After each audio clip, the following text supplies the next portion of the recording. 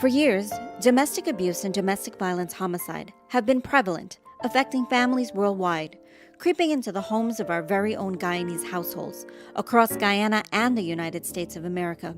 From 2010 to 2017, the reported deaths by domestic violence homicide in Guyana were between 20 to 30 reported cases per year. In the United States of America, the reported cases from our community range between 1 to 2 cases a year, from a study by the Let the Women Speak database.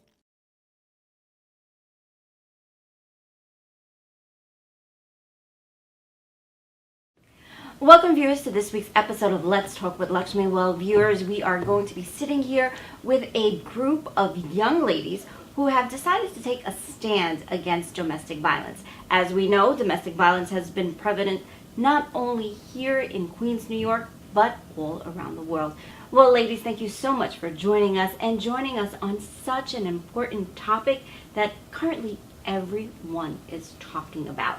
So we're talking about domestic violence today. And you know, the first question that everybody wants to know is, why would she stay? Someone who is being abused mentally, physically, we see the marks on their skin. Why doesn't she leave? Narina. Children. Some of these women have children, and they think, all right, if I leave, this is going to damage them, not realizing that staying in that toxic relationship is causing more damage and more harm to them. Veronica. I think it's two things. They become a product of their environment, and they have the lack of knowledge of the resources that are really available to them. Excellent. I think it's a combination of factors. Socioeconomic conditions where they're dependent on that partner, as well as if they're children in the relationship makes it even more difficult, and lack of resources if they're not educated enough to know what's available to them. Okay, Joy. Very diverse question. We see the scars on the outside, but what about the scars on the inside? And sometimes there's a scars on the inside that hides that individual and allow them to stay there. How can I explain to my friends and my family what I'm going through? So it's a stigma. It's something you have to live with. Mm-hmm. And because of that, the fear factor, I'm going to put up with it. Thank you. Linda. I think it's a combination of factors, because some women would stay for economics. Some women will stay because it's a learned behavior. Most of the time, women see their mothers abused and took the abuse, and they think that that's the way a relationship is supposed to be. Mm-hmm. And so it's generational. It becomes generational. And through education, and that's the reason I think we are going to take a stand and educate our young girls and the women who are going through whatever domestic violence situations they are in, and let them know the services they have out there. Because as my colleague said earlier, some women are not educated in what the services that are out there for them, and that's one of the main reasons why they stay. In addition, they think that if they leave, where is the support? Right. And not only financial, but physical support, emotional support, having someone they could talk to and know that if they want that individual, they will be there for them. Right. So I'm hearing a lot of answers here, whether it may be education, emotion, mm-hmm. children, generational, lots of answers here. But tell me, ladies, what does a domestic violence victim look like? Like me. Like me? Absolutely. Like myself. Absolutely. Like me. Mm-hmm. Like me. There's no type. You'll never know. Yeah. Yes. And that's so true. I mean, we can look at people who, maybe presidents or vice presidents of a company, mm-hmm. or someone who's a homemaker, or, a customer service rep. It doesn't matter. It doesn't matter your race, your religion, your beauty, mm-hmm. your size. Yes. Domestic violence can attack and affect any one of us. So let's talk about the victim that decides to leave. Let's say I'm in a situation and I want to leave. Where do I go? What do I do? Well, there are lots of organizations that are available, such as Safe Horizon. They're available in the family court system. Mayor de Blasio's there's shelters. There's a stigma. There's a stereotype that shelters are seen as a negative, but the shelters now, if you've gone into shelters, they're utilizing hotel rooms for you to stay with, and a lot of women don't know that. Or there's a very low income that you share apartments with, so 3-bedroom apartments that you pay $200-$300 if you wanted to rent something, where people don't know that. Yeah, and I think that's one of the issues when it comes to domestic violence, and the victim wanting to leave is not knowing where to find the resources, and I think that's where we might be lacking as a society or community, where to letting these women know where they can find the help and having it tailored to, all right, I live in Queens, I can go to this organization and I can, get housing, or I can go to this organization and I can get legal help and representation. So as a community, I think we need to improve in that area in letting these women know where to find the help, because there are tons of resources out there. So, when we talk about resources, we're talking about here, of course, government assistance programs, which I know that you can call 311. 311 will give you the information. There are also hotline numbers, which we will provide at the end of the show as well. But let's talk about resources as far as family. Yeah. I mean, what happens to the family that sees their daughter being beaten? And, the country that I'm from, in Guyana, I have heard many, many times where people will say, oh, if he love you, that's why he's beating you. If he don't beat you, he don't love you. Oh, it's your husband, you have to stay.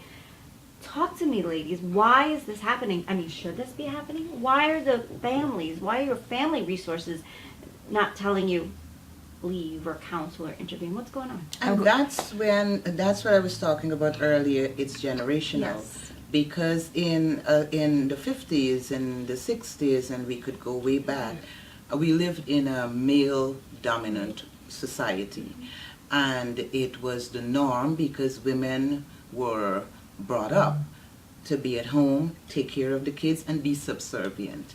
So you had to deal with all of the both emotional and physical abuse, and sometimes it was shame that you wouldn't want to tell someone else. And if your family would find out about it, or you would try to speak with someone, then they would be saying, oh no, and where are you going to go? You got children, and it's your husband, and he loves you, because most men, when they finish beating you, they are coming to kiss that same hurt.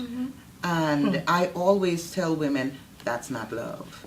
What is it? But What is it, Linda? that's control, because you are controlling me when you're beating me, and that's the abusive part of the control. And then you're coming back and you're making me think that I did something wrong that caused you to have to abuse me, and then you are trying to control my mind now by telling me something is wrong with you, I love you, I really don't want to do these things, but I'm trying to correct your behavior. So the woman is always living in confusion if she has no one to talk to, no one to show her the right path, or no one that she believes that's actually going to be there for the long run for her. I think the next piece to it, that even if families start to intervene, because of the level of control that person have over you, your family will try to support you, but they have more of a level of control that now it ends up being like the boy that cries wolf. You're consistently saying, I want to leave, but you go back. I want to leave, but you go back. I want to leave, but you go back. So I think that's... So tell me, at what point does a man feel that he controls you? Like, when exactly, like, how does their mind turn from you are someone's child, you are someone's daughter, you are his wife, but at what point does he feel that he controls you?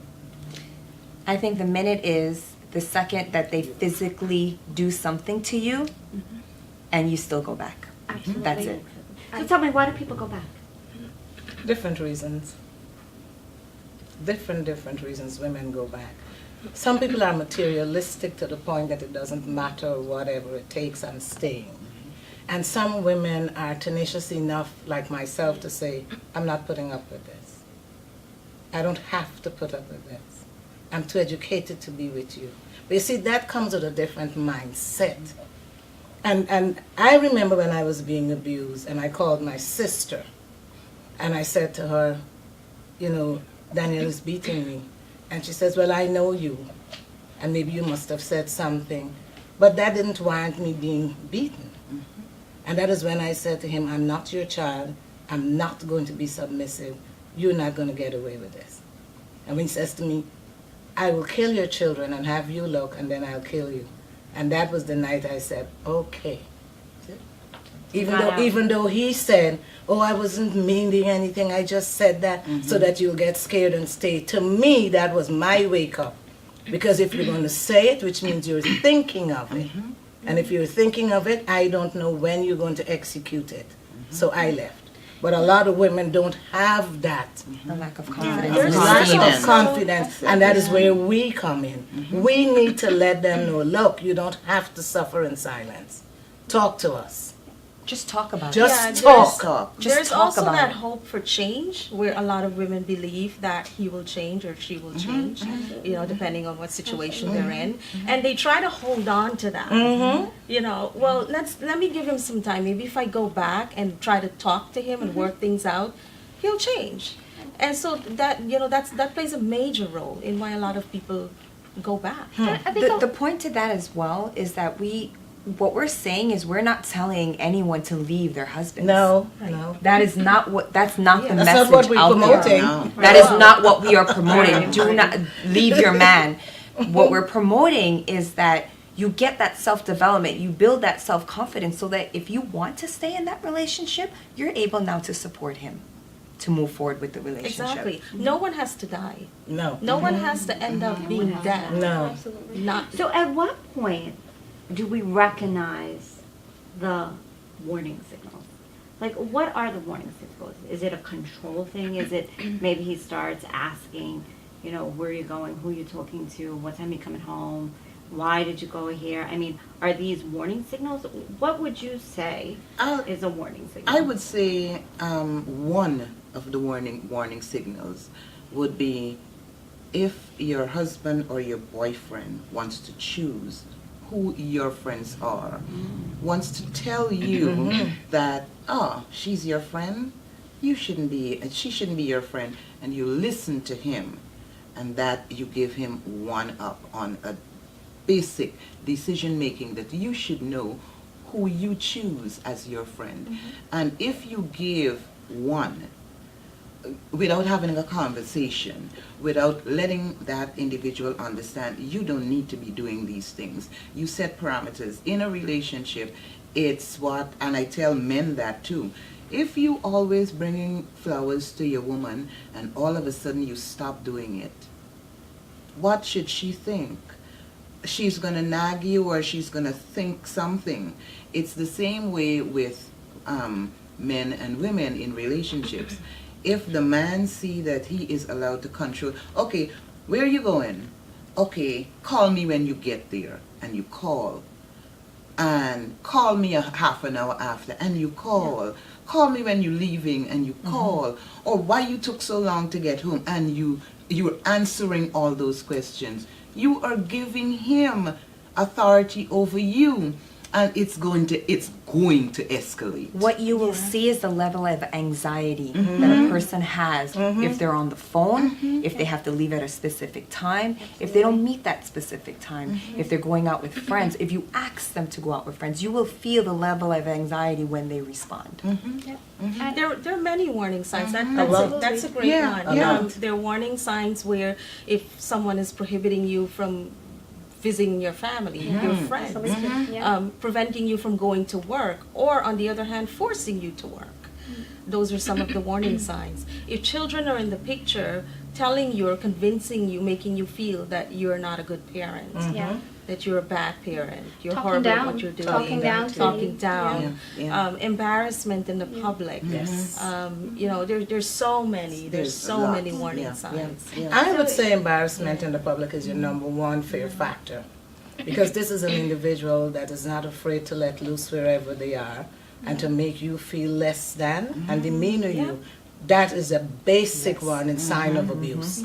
Anytime you see a man behaving like that, and let me flip the script for a minute, even a woman behaving like that towards a man. Because there's a lot of men that are being abused, and I said that on our radio show, that you don't hear about. Yes. But there's a lot of guys being abused, and this has nothing to do with ethnicity. It's straight across the board. Yeah. So bear in mind that this situation is trifold, because you have a man, you've got a woman, you've got a child. And children are growing up seeing this hitting situation, and they now start to hit. They emulate I was that. looking at this thing on Facebook where this little 5-year-old is beating his mom and pulling her hair, and she's laughing. Yeah. Thinking You it's You saw that? Yes, And she thinks it's hilarious. Yeah. Yeah. And this is when I always coined my phrase, stop the madness.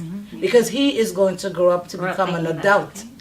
And he thinks to himself that he has the right to do this to women, and then what happens? He's going to meet the wrong woman.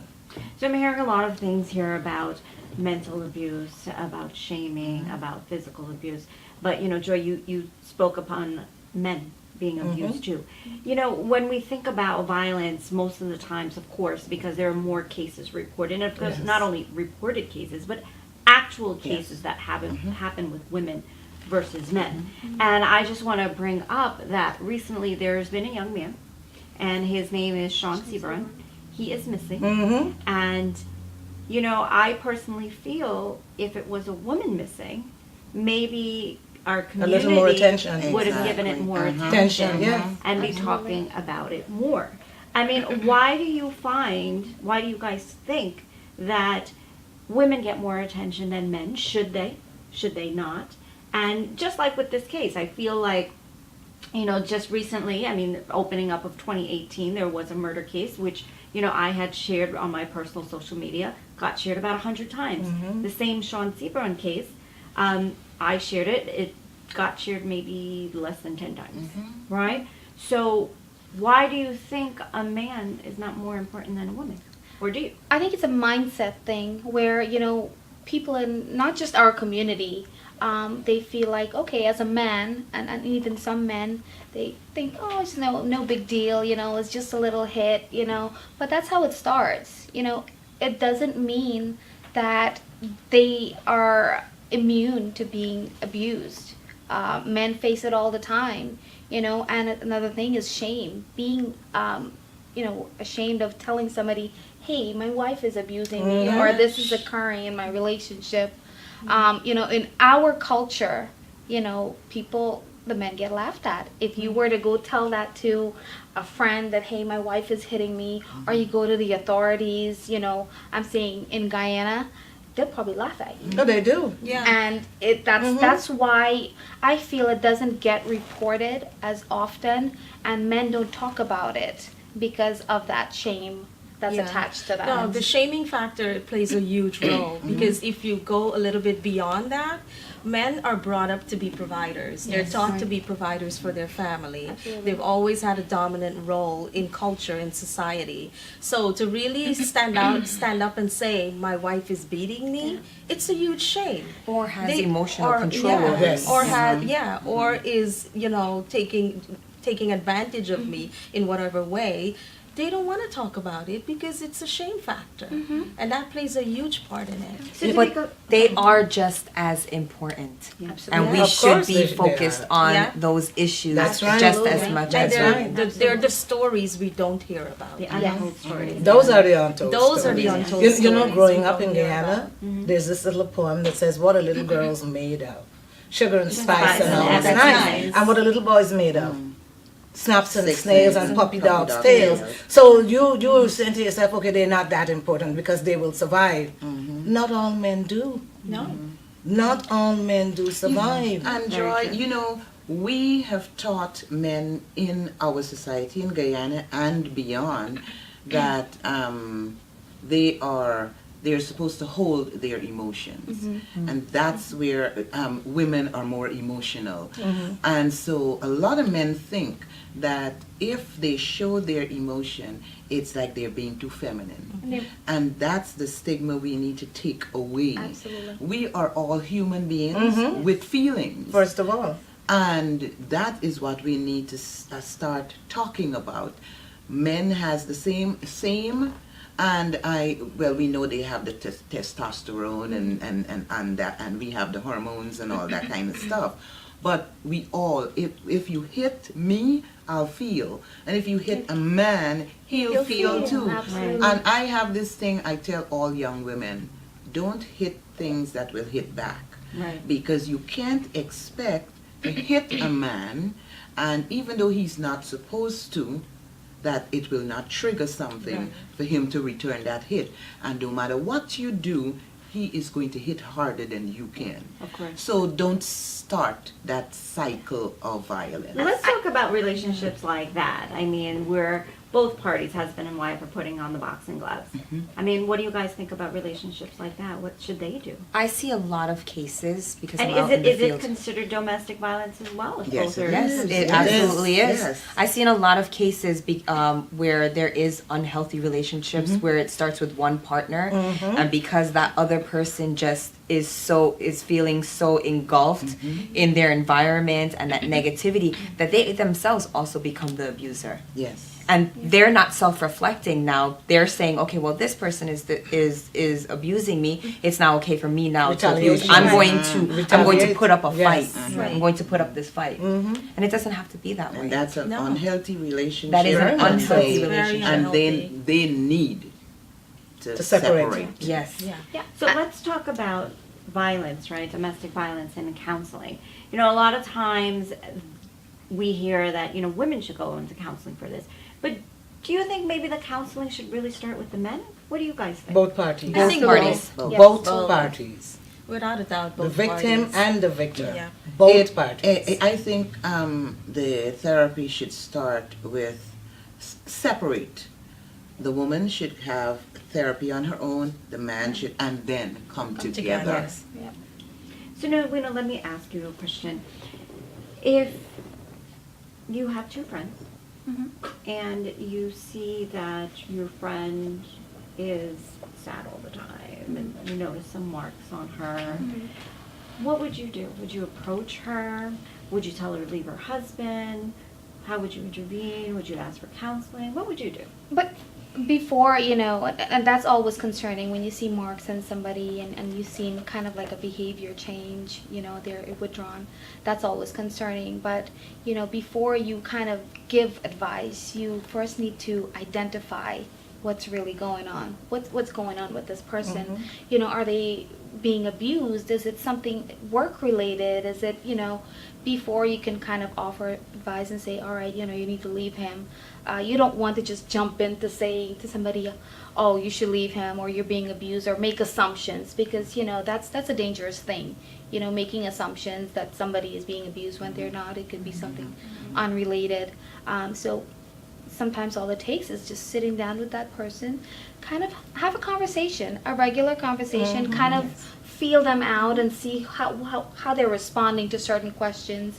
See, you know, when you talk about or you bring up the husband or boyfriend, how do they react, you know, and just kind of, you know, take baby steps to kind of identify and figure out what's going on. Joy, let's talk about, you know, the boy who cried wolf, or in this case, the girl who cried wolf. That, you know, she tells you, she comes to you, you know, my husband beat me, okay, leave, but then she goes back. Comes to you again, oh, he beat me, she goes back. Comes to you again, he beat me, she goes back. Now, he doesn't like you anymore because she keeps on counseling to you and you keep on maybe advising her to leave, whatever the case is.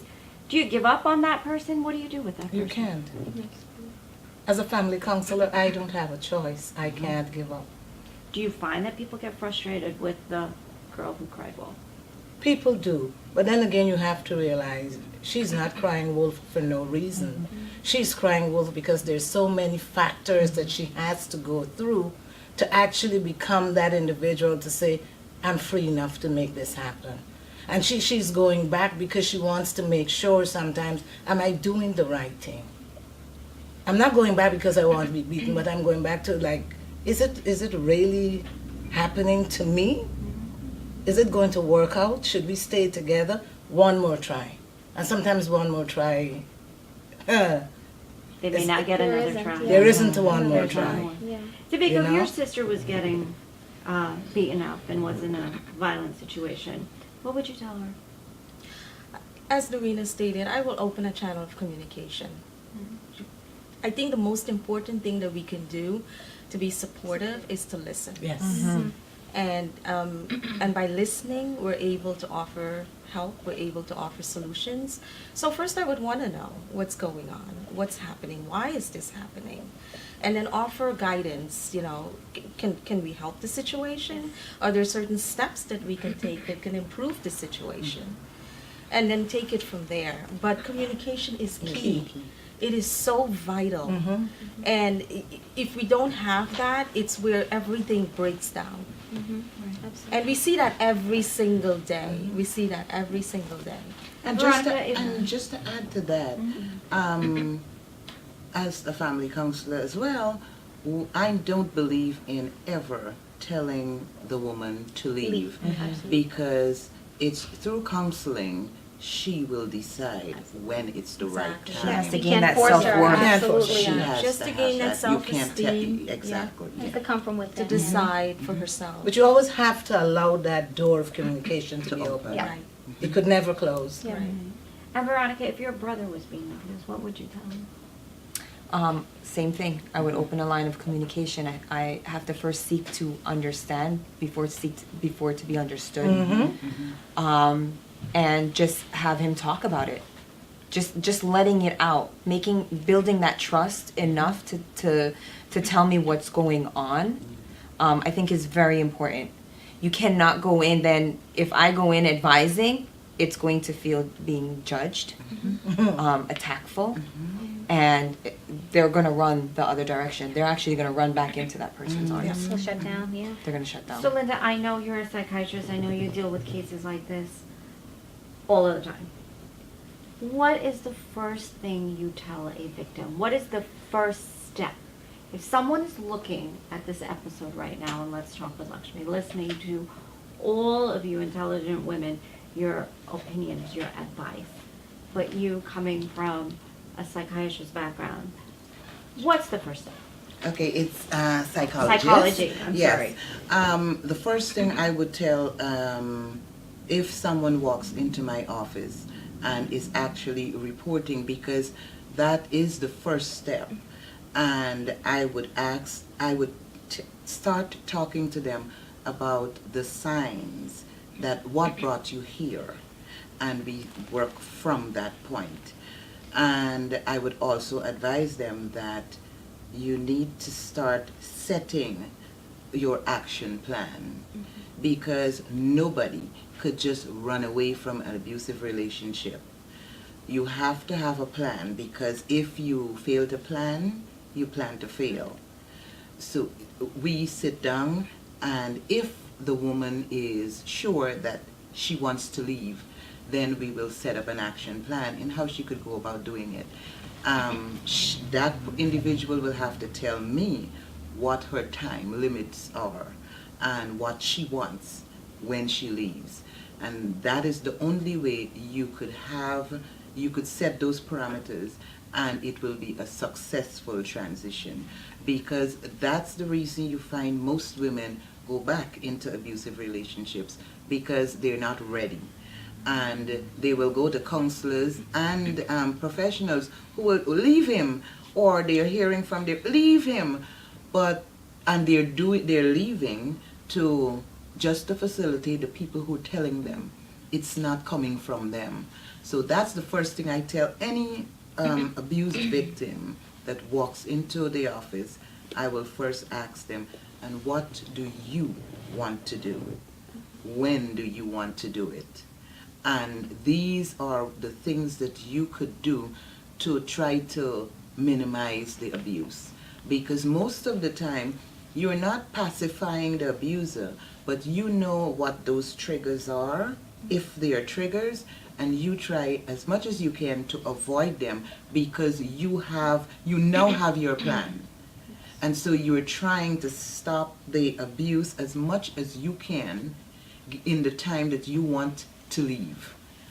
So that's the best thing I would tell any abused victim, that and you know, that's the easy part, because when somebody walks in, they're actually ready. Yeah. But it's that individual that you keep going to the home and you're seeing things, and they don't want to communicate those things that you're seeing to you. That's very difficult to talk to that individual or to try to assist them. But as Joy said, and all the other ladies here, never give up on that individual. Absolutely. And that's the reason I only believe in the phrase, the boy who cried wolf or the girl who cried wolf. That's for kids. That's not for abused victims. Yeah. I think You know, what's on- really important that you asked her that question too, that families have to know, is that you're not a professional. So sometimes when when they're coming to you and you're hearing this, you're not credible to that person. So they're not going to take what you have to say and then say, okay, well, this is not normal. This relationship I am is not normal. I need to be removed. You telling that person you need to remove yourself from it. No, I think the first thing is get them to talk to you, get them to trust, and then get someone else Exactly. to talk. Yes. An outside Right, person. professional person. You You know, have to be able to, today's... sorry. No, go ahead. You have to be able to have a plan of action. Yes. That's the very first step. That's important. And I tell people when they come to me, I had a situation in my own family where my brother was an abuser to his wife. And when I approached him about it, he kicked me out of his house. And me and my kids became homeless because of that. And I learned from that experience a little more. I'm going to look a little more deeper. I'm going to put myself in her place a little more and continue to encourage her. Make sure you know what you're doing when you leave, because you don't want to end up homeless. You know what I mean? Especially when you have children. Yes. Yeah. You know, today's panel is very interesting. All of the women on here are actually from Guyana. And in Guyana, it's pretty constant that you hear stories of women being chopped, women, you know, being decapitated, women being shot, women being beaten to death. And I would have to say, and I don't know if you guys would agree with me, I'm pretty sure you would, you know, living here in New York City for almost about a decade now, every year we are hearing a story that's happening right in Queens, New York, that kind of reminds you of a headline in Guyana, Yes. you know? And for the women who are still experiencing the violence in their home here in New York or anywhere, what would you guys advise these women? Because I'm tired of seeing these headlines that when I see it on social media, I'm thinking, this must be a newspaper in Guyana sharing this. But lo and behold, it's in the Big Apple. It's in New York City. So ladies, tell the women who are watching this, or the men who are experiencing domestic violence, and more so, violence to the point that it's not just being beaten. You can be killed. Yes. Can we save another life? What advice would you give? Absolutely. You definitely want them to know that you're not alone. You know, it could happen to anybody. Domestic violence, you know, it transcends generation. It doesn't matter what your title is. You could be a doctor, a lawyer. It doesn't discriminate. You know, anybody is, susceptible to being abused. Anybody can be abused and experience that. And that's the first thing to know is you're not alone. There are, resources, and there are people that you can reach out to and get help from. And I want to say to families, if you see something like this, don't close the door. This communication is very important. Don't close the door. Don't shut that person out. Even if you feel like, this keeps happening, they keep going back. It's a cry for help. step up, do whatever you can in your power and help this person. You know, because they're not telling you because, you know, for no reason. Them telling you and coming to you with that issue and opening up to you is their way of saying, I need help. Help me. I think that the most powerful piece is, I'm not going to tell you it's going to be easy.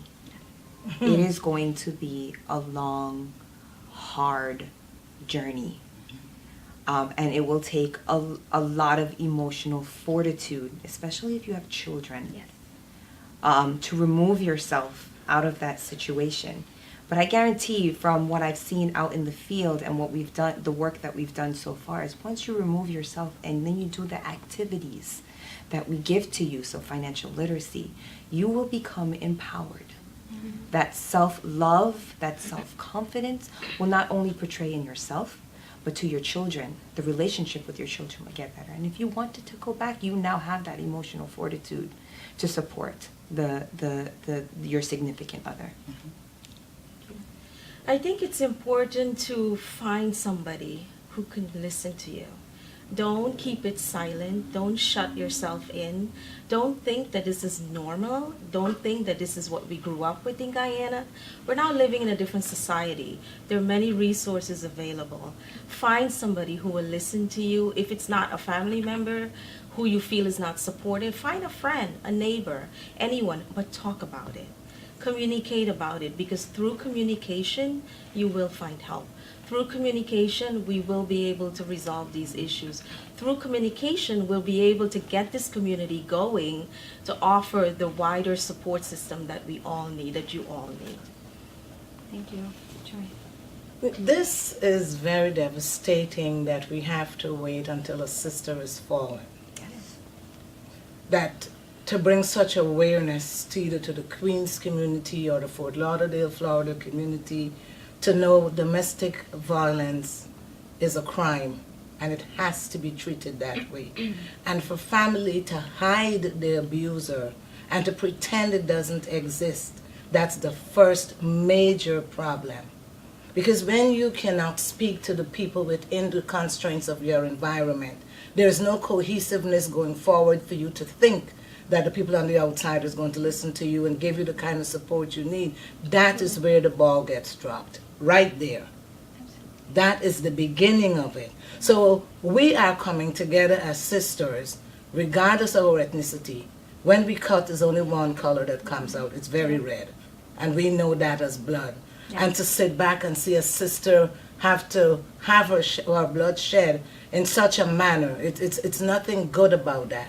Because now you have to think about the babies that are left behind, that will never know the love of a mother. Mm-hmm. The sister that will never see her sister again. It's just so many facets to that. So for the women listening tonight that are abused or are going through an abusive relationship, don't suffer in silence. Yes. You have a voice. Use it. Contact Lashmi. Contact people that you know that can help you to bear your scars. Don't let your scars become eternal. Thank you. And for women and men out there who are going through domestic violence, as advocates, I find a lot of times we are reactive to situations. We need to start beginning to be proactive. Yes. We have to have these conversations. We have to have community workshops. We have to have forums. We have to have social events where people feel comfortable enough and they realize that there is this network of organizations, of people. I know sometimes we as women, we always tear down each other. And because, oh, I want to be boss, or I want to run this, or we need to get out of that mindset and understand that together we are stronger and we could inspire that change that we want to see. So what I would advise everyone who is experiencing or going through these issues to contact, as Joy said, contact Lakshmi. You could contact myself, Joy and any one of these women here, because we have different organizations, we have a network that if we can't help you, we can send you to where you could get that help. So don't be afraid to reach out. And if you reach out to one individual and they don't listen to you, don't get down on yourself. Oh, I shouldn't have done it. Find somebody else and keep knocking on those doors until one opens up. And don't crawl in, run in, because you actually need that assistance. So what I would leave our viewers here with tonight is that we collectively, and we hope that other organizations will join us when we get together and we have those events, and you come out and you could begin, we will start the conversation because we know where it stems from.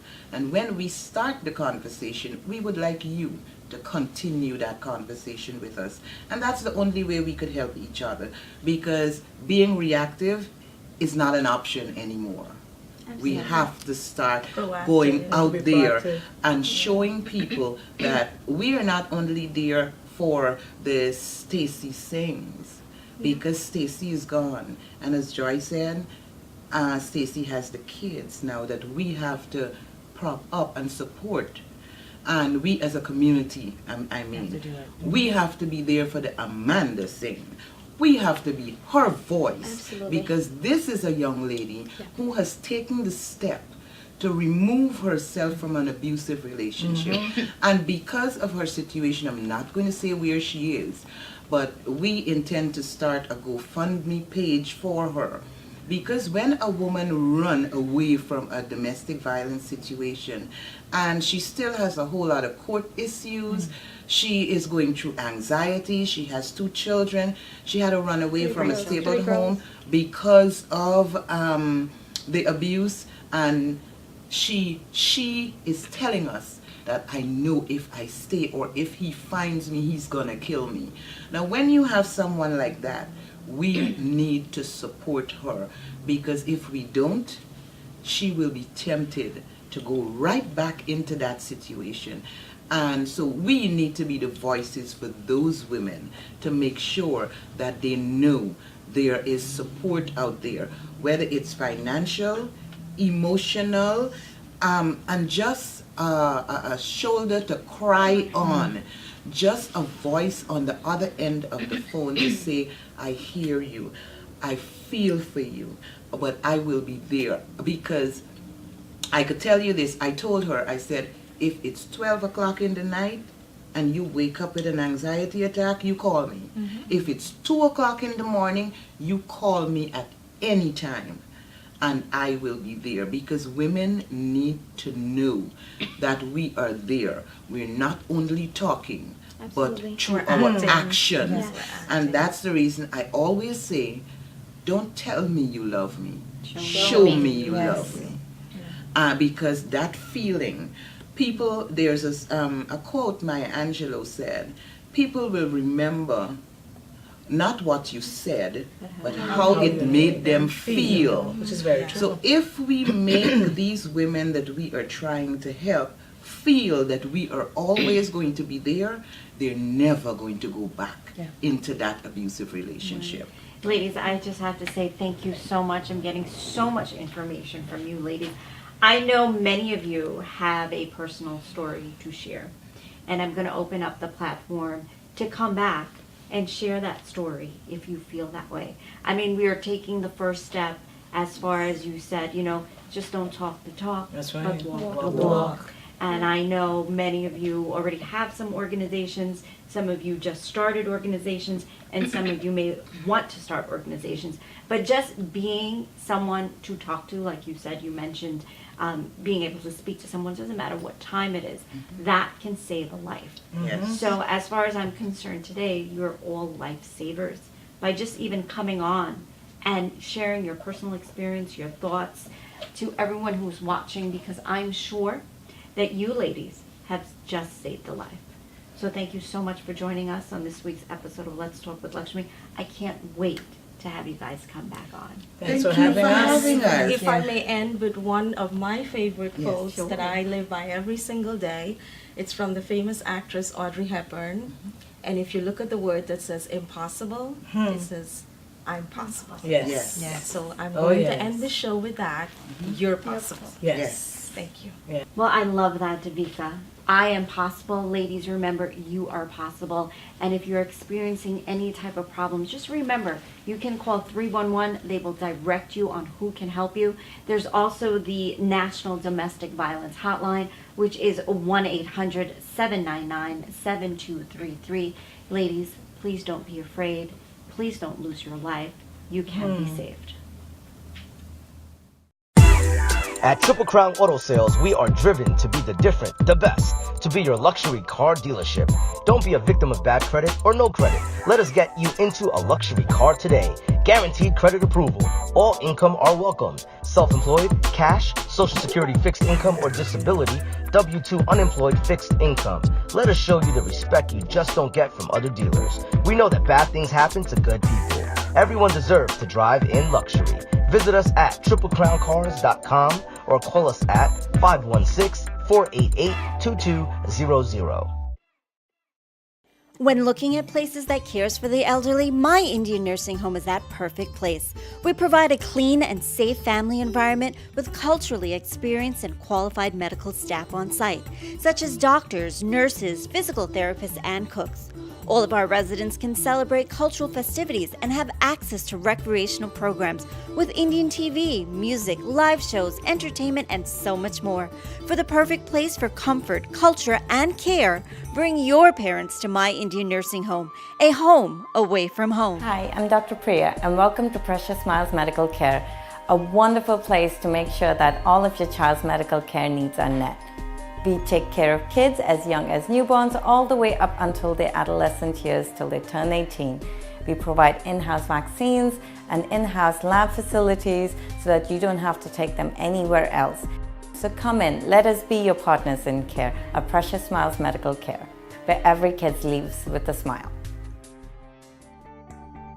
Are you looking to earn your GED and associate's degree? If so, look no further. At Long Island Business Institute, you have the opportunity to earn both your GED and associates without taking a GED test. The majors offered are business management, hospitality management, accounting, homeland security with security management, office technology, and office technology with medical office option. They have flexible schedules from Monday to Friday during the day from 9 a.m. to 2 p.m. and evenings from 6 to 10 p.m. For more information, you can call the Flushing, Queens or Manhattan, New York City office. To schedule an appointment with admissions, dial 718-939-5100 for the Flushing, Queens location or 212-223-7300 for the Manhattan, New York City location.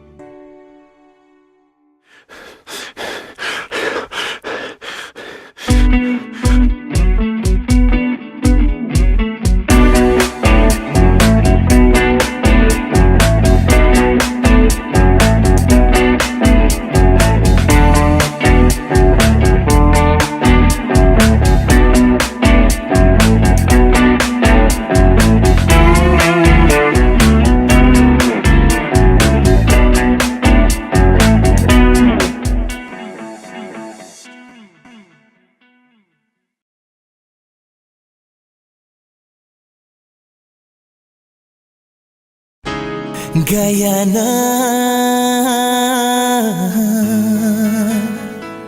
oh Guyana.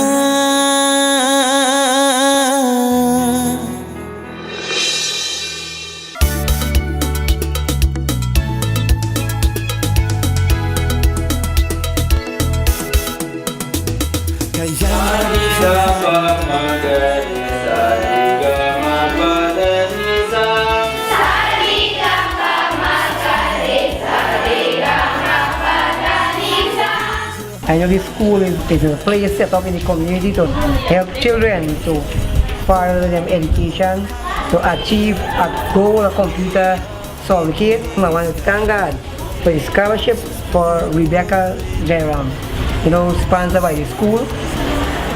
And the owner, I just want to thank God for them, can continue to do the good work as they are doing in this community.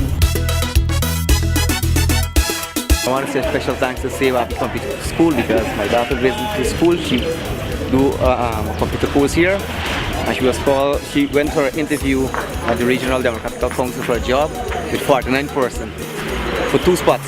And she indicated to them that she do a course at Save Happy Computer School and she do have a certificate. And as soon as she produced the certificate, she was hired on the spot.